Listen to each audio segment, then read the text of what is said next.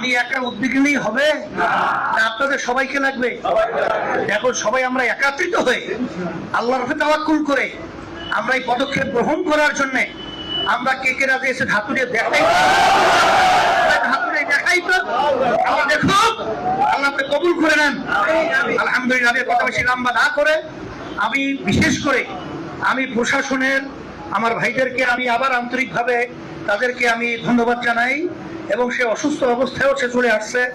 আর অন্যান্য বিশেষ করে রাজনৈতিক দলের যারা আসছেন, আমার মুরব্বীরা যুবকরা সহ সম্মানিত মেম্বাররা যারা আছেন, ইউনিয়ন পরিষদ চেয়ারম্যান সহ, এবং যারা নাকি আয়োজক ইসলামী আন্দোলন এবং সহযোগী ছাত্র যুব জনাব আলহাজ হযরত মাওলানা মুফতি সৈয়দ মোহাম্মদ রেজাউল করিম পীর সাহেব হুজুর চরমনাই, মুফতি সৈয়দ মোহাম্মদ রেজাউল করিম পীর সাহেব হুজুর চরমনাই।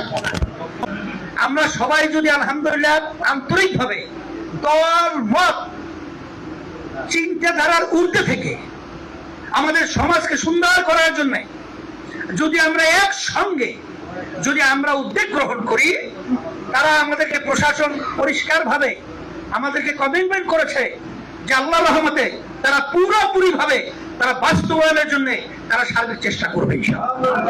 ওসি সাহেবের কথা বুঝেন নাই যে যদি আমি কোনো ডিউটিরত কোনো অফিসার না পাই, আমি সংবাদ পাওয়ার সঙ্গে সঙ্গে আমি নিজে আমার গাড়িকে বাদ দিয়ে প্রয়োজন হলে আমি হুন্ডা চলে আসবো।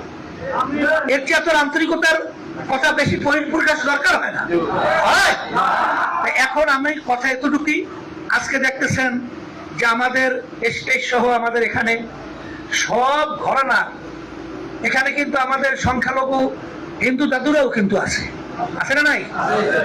এরপরে আমাদের মুসলমানদের ভিতরে ইমাম আলেম, এরপরে শিক্ষক, এরপরে বিশেষ করে সামাজিক যুবক, এবং আমাদের বিশেষ করে আমাদের রানী সাহেবের দেখতেছেন নাকি, রেজা ভাইরও দেখতেছেন, এবার দেখছেন সবাই তো আসছে।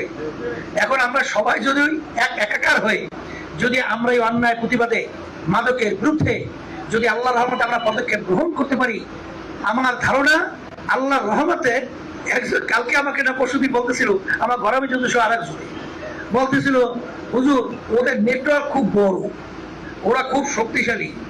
ওই শুনছিলাম আমি এক মাদকের রাজা, বুঝছেন, সে বলতেছিল যে আমার যে মুরিদ আছে কখনো বন্যা বা দোল মানে কানে না, ওই সময় মতো চললেই আসে। না আমাদের জানেন তো, অনেকে জানেন এই ঘটনা, মানে আপনি মুরিদরা ঠিক মতো না আসলেও আমার মুরিদ ঠিক মতোই আসে।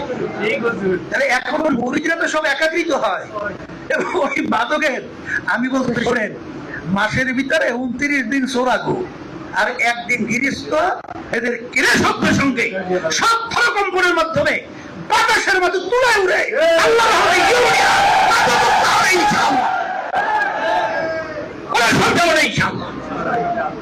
আমার তো ভয় করছে না, আপনাদের তো ভয় কেন? আপনাদের এত দুর্বলতা কেন? এই জন্য আমি বিশেষ করে আমার কথা একটু জোরে হয়েছে, কষ্ট হইলে মাপ চাই, কিন্তু আমি চাই যে চরমনাই ইউনিয়নটা আমাদের ওসি সাহেব সহ আমাদের এডিসি সহ অন্যান্য সবাই তামাম দুনিয়ার মধ্যে তারা যেরকম নাকি ইউনিয়ন নিয়ে গর্ব করছে, আজকে আমরা সেই গর্বের অবস্থান যদি মাদক মুক্ত ইউনিয়ন আমরা দেখাতে পারি, বাংলাদেশের মধ্যে ঐতিহাসিক একটা ইতিহাস রচনা হবে। এই জন্য প্রশাসন ইচ্ছা করলেই পারবে না, আমাদের সহযোগিতা লাগবে। আমি জাতীয় ওলামা মাশায়েখ আইম্মা পরিষদ সহ সকলকে আমি ধন্যবাদ জানাচ্ছি।